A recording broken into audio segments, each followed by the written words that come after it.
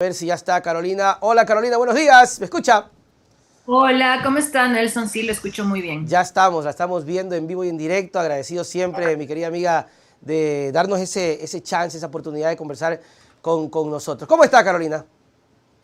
Muy bien, un poco agotada podría decir, porque lamentablemente cuando el país no va bien en los temas de seguridad, hay que hablar mucho y hacer mucho análisis y eso no es una buena señal, ¿no? Deberíamos Es estar enfocados en otras cosas, en mirar el tema de salud, de educación, de desarrollo, pero no estar haciendo estadísticas de homicidios y de muertes y de atentados. Creo que es triste lo que estamos viviendo.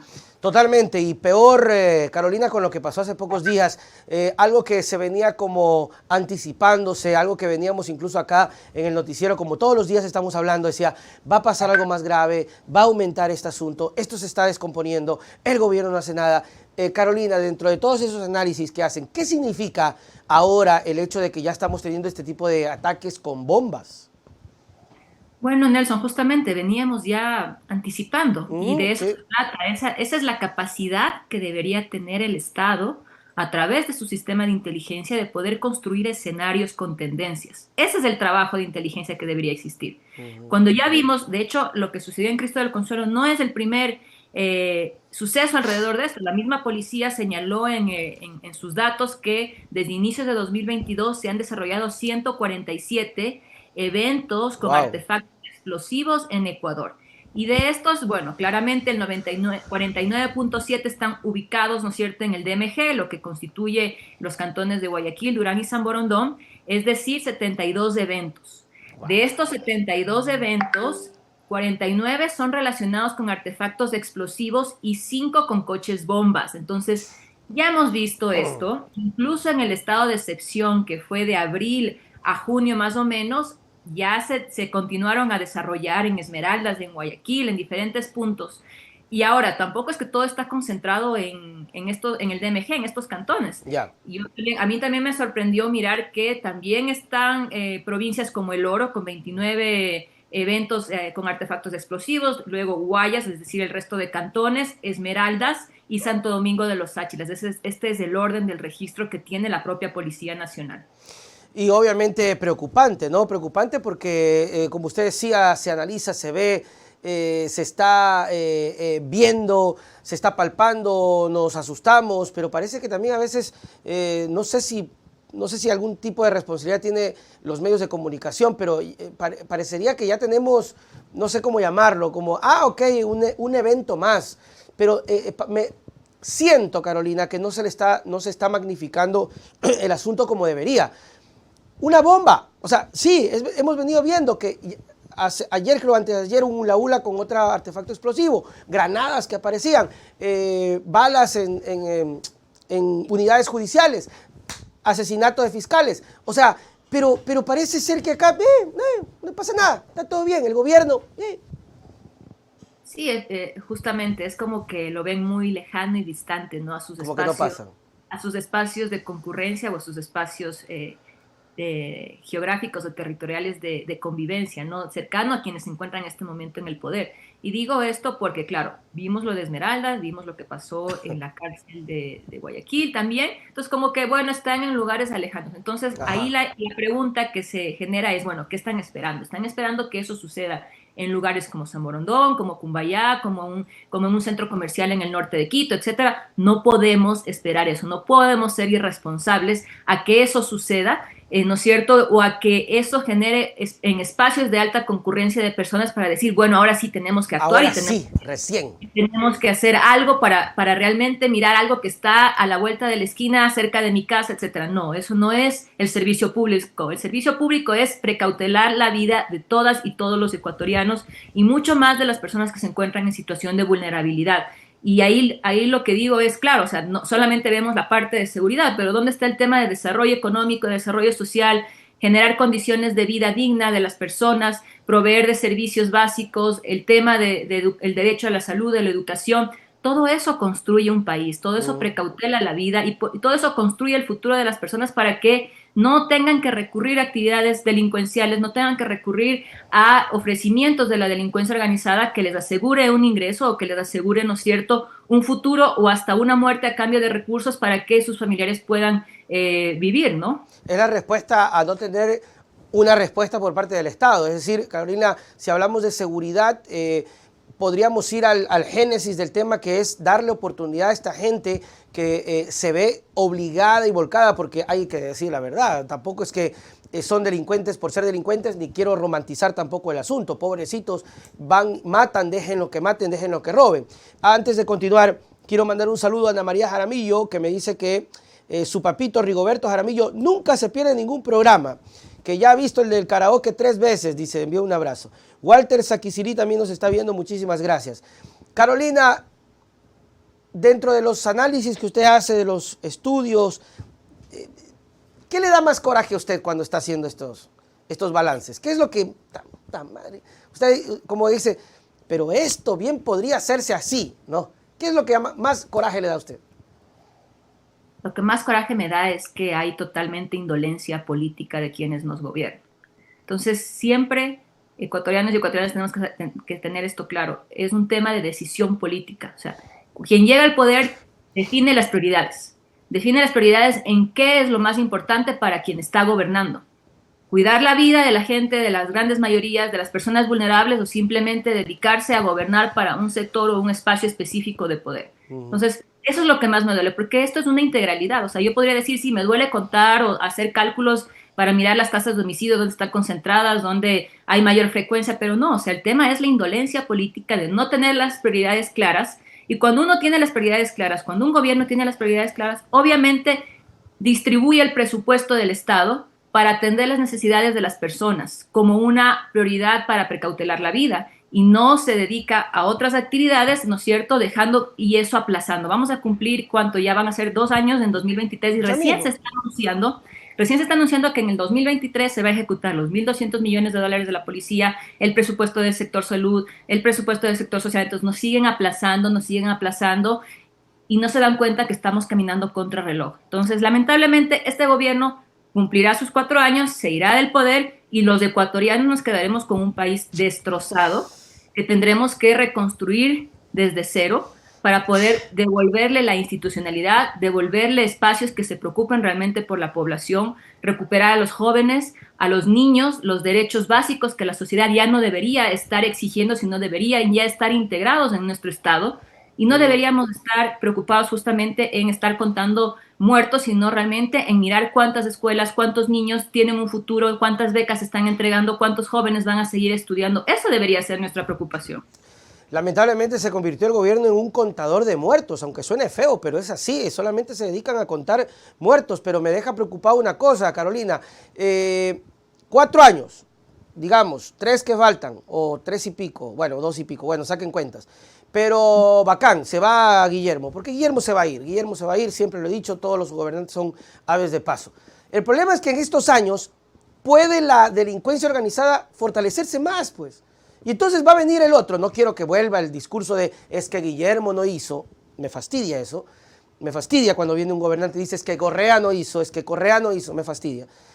Pero, perdón, Carolina, está hoy el gobierno y no hacer algo, lo que va a lograr es que este crimen organizado en estos 3 años se fortalezca aún más.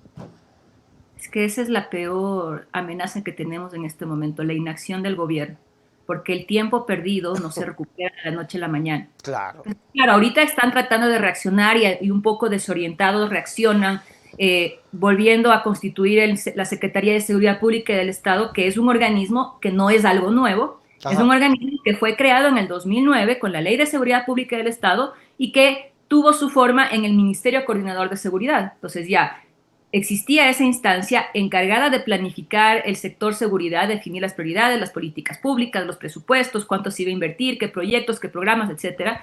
Lo destruyeron en 2017, lo eliminaron bajo esta idea, ¿no es cierto?, que siempre tiene el pensamiento liberal de la reducción del Estado obeso. Entonces, destruyeron capacidades y ahora quieren hechos un poco reaccionar para recuperar esas capacidades de la noche a la mañana. No se pueden recuperar. Lo mismo con el Ministerio del Interior, lo mismo con el Ministerio de Justicia, que hasta ahora ni siquiera toman esa decisión de restituirlo, y tenemos un SNAI muy debilitado, con poco presupuesto. Entonces, ahorita no vemos el tema cárceles porque no está ahí el foco, estamos viendo lo que sucede en las calles. Y también alertábamos que la violencia que se veía en las cárceles podía trasladarse a las calles, podía trasladarse a los centros urbanos, centros poblados, y eso es lo que estamos viendo en este momento. Entonces, no podemos recuperar el tiempo perdido de la noche a la mañana, y ahí viene la irresponsabilidad justamente política de privilegiar, ¿no es cierto?, el revanchismo político, la miopía política, y no pensar en un país que se planifique de mediano y largo plazo, ¿no?, que busque justamente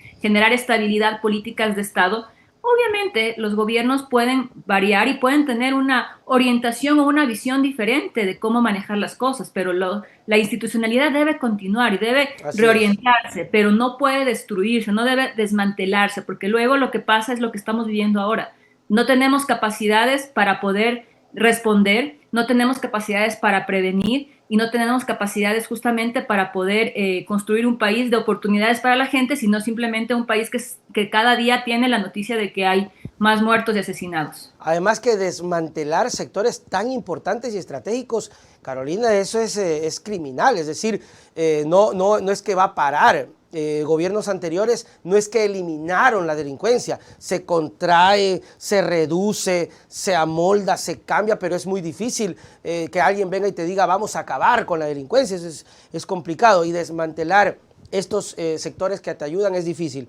¿Qué es lo que hace que el gobierno no tenga esa reacción, no sé si decirlo radical? Por ejemplo, vemos, y ahí están las estadísticas, como un Bukele aparece en el mapa mundial como un presidente muy bien visto. Bueno, los órganos internacionales no, pero la gente lo apoya, lo quiere. ¿Qué frena y qué hace que Guillermo Lasso, por ejemplo, no pueda tener la actitud de un Bukele fuerte, duro, frente a estas amenazas, obviamente matizando lo que significa eso, ¿no? Bueno, en primera instancia vemos que el presidente no tiene liderazgo, no tiene decisión, ¿no es cierto? Entonces se habla, se discute, no está rodeado de personas competentes para que puedan asesorarlo y puedan, ¿no es cierto?, dentro de su gabinete tomar decisiones. Y también lo que estamos observando es que pareciera que existe como una especie de gobierno paralelo, ¿no?, que ya se ha ido un poco transparentando con esto de las consejerías ad honorem presidenciales, ¿no? Es como que teníamos un gobierno paralelo donde se tomaban decisiones. De hecho, veía una entrevista que le hacían sobre uno de los consejeros presidenciales que decía, él maneja los temas que realmente le importan al presidente a nivel político, y el ministro de gobierno maneja los temas que, como quien dice, hay que tenerles un poco entretenidos a la opinión pública y a la ciudadanía. Entonces, vemos eso. Si vemos eso, ¿no es cierto?, entonces nos preguntamos cuáles son realmente las prioridades que tiene el presidente actual. ¿Son las prioridades que nos está comunicando o son las prioridades que le delega a ciertos actores que están, ¿no es cierto?, operando políticamente? Entonces, ahí tenemos eso, una falta de liderazgo, una falta de decisión y, como mencioné, falta de prioridades. Pero lamentablemente el gobierno actual de Guillermo Lasso tiene una línea que no cree en el Estado, no cree en la función del Estado, no cree en la institucionalidad del Estado, cree en un Estado muy reducido. Entonces, bajo esa visión que tiene esta línea política, y por eso tenemos que tener claro a los ecuatorianos la línea política del neoliberalismo, ¿no es cierto?, y de una reducción muy pequeña del rol que tiene que cumplir el Estado. Entonces, frente a eso, estamos viendo los resultados. O sea, es una especie de sálvese quien pueda, una especie, ¿no es cierto?, de autorregulación. En las cárceles vemos una autorregulación, nadie hace nada, solo se observa a ver cómo esto cambia. Y claro, no hay firmeza, no hay decisión, no hay liderazgo, pero claro, ahí también contrasto. Claro, Bukele ha tomado el liderazgo, fuerza, pero también ha generado ciertos abusos que han sido criticados, ¿no? Creo que hay que precautelar la vida de todas y todas las personas, y hay que darles los espacios que correspondan para que puedan ser sancionadas sus malas actitudes, sus malos desenvolvimientos, que cumplan una sentencia, que cumplan una pena, pero no por eso podemos decir, bueno, están ahí, entonces que entre ellos se maten y que entre ellos se autodepuren. Eso no es una cuestión que refleja, ¿no?, lo que realmente es la vida. Lo que estamos viendo ahora, precisamente, podríamos entenderlo, Carolina, como que el gobierno nacional diga, bueno, es algo que tenía que pasar. Bueno, ya pusieron una bomba, es algo que tenía que pasar. ¿Es esa la filosofía desde la ideología que maneja el gobierno actualmente, lo que estamos viendo, Carolina, cuando tú hablabas de la ideología, que hay que tener muy en cuenta el tema de neoliberal. Es decir, a ver, si alguien se murió, qué pena, pues, ¿para qué se meten malos pasos? Si se matan en las cárceles, pues ya se están matando a esta gente que no nos sirve para nada. Y por ahí, puchica, ¿a dónde fue que mandaron la bomba? Ay, qué pena, pues estos sectores ahí que no aportan en la sociedad ni pagan impuestos. Allá esos que se mueran. Es que ese es el tema, cuando pensamos en un individualismo extremo, como que nada de lo que sucede en nuestro alrededor va a tener una afectación hacia nuestra vida, nuestra familia, entonces ahí estamos mirando desde una visión muy egoísta también de las cosas. Y el COVID nos enseñó eso, creo que el COVID nos demostró que todos estamos interconectados.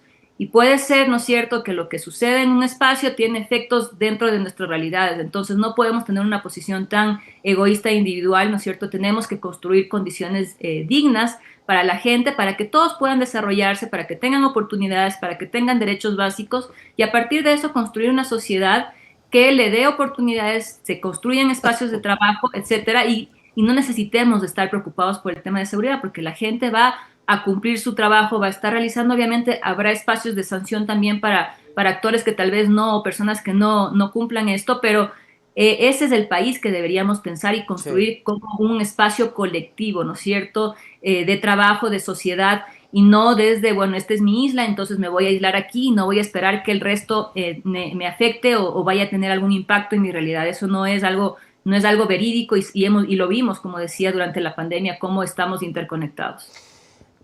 El personal que está teniendo el gobierno, en este caso el señor Ordóñez como secretario de Seguridad, ¿qué tanta valía le otorga al gobierno un funcionario como él, donde no se ve pues la experiencia que tal vez uno quisiera tener en un funcionario? ¿Cuánto mal hace el gobierno en no tener este círculo de seguridad cohesionado? Incluso el señor Cobo, y ahí otra pregunta, serían dos, Carolina. ¿Qué es la inteligencia en un gobierno? Bueno, la presencia de Diego Ordóñez claramente es una persona que cuenta con la confianza política del presidente, ¿no? Lo vimos durante las movilizaciones de junio en ciertos espacios, acompañando el monitoreo que realizaba la policía, en la sala de crisis, etcétera. Entonces, él ya cumplía como consejero presidencial un rol, ¿no es cierto?, dentro de lo que estaba sucediendo en ese espacio.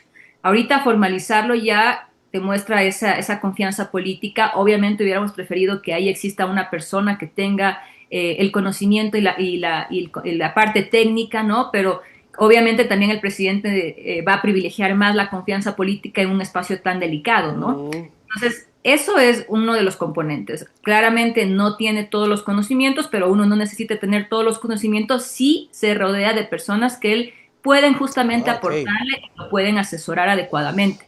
Sin embargo, algo que me preocupa mucho es que también este movimiento puede responder a que existen intentos de protagonismo y muchos egos dentro del sector seguridad. Y eso se puede ver reflejado, ¿no es cierto?, también durante las movilizaciones vimos a muchos de los actores del sector seguridad tratando de visibilizarse mediáticamente. Veíamos al director del CIES haciendo medios, algo que no sucede, no debería suceder. Ningún director ni de la CIA ni de ningún organismo de inteligencia está haciendo ruedas de prensa o está generando entrevistas en diferentes medios. Eso no es algo evidente. Entonces eso demuestra también un cierto intento de protagonismo, un cierto intento también hasta de ego, y eso podría estar en competencia entre los actores que son parte del sector seguridad. Y para un poco apaciguar eso, parecería que el presidente, ¿no es cierto?, coloca a Diego Ordóñez para coordinarlos, para definir prioridades y para orientarlos y articularlos. De hecho, el mismo Diego Ordóñez mencionaba que durante las movilizaciones no se habían hecho las coordinaciones que ellos hubieran esperado, etcétera. Entonces,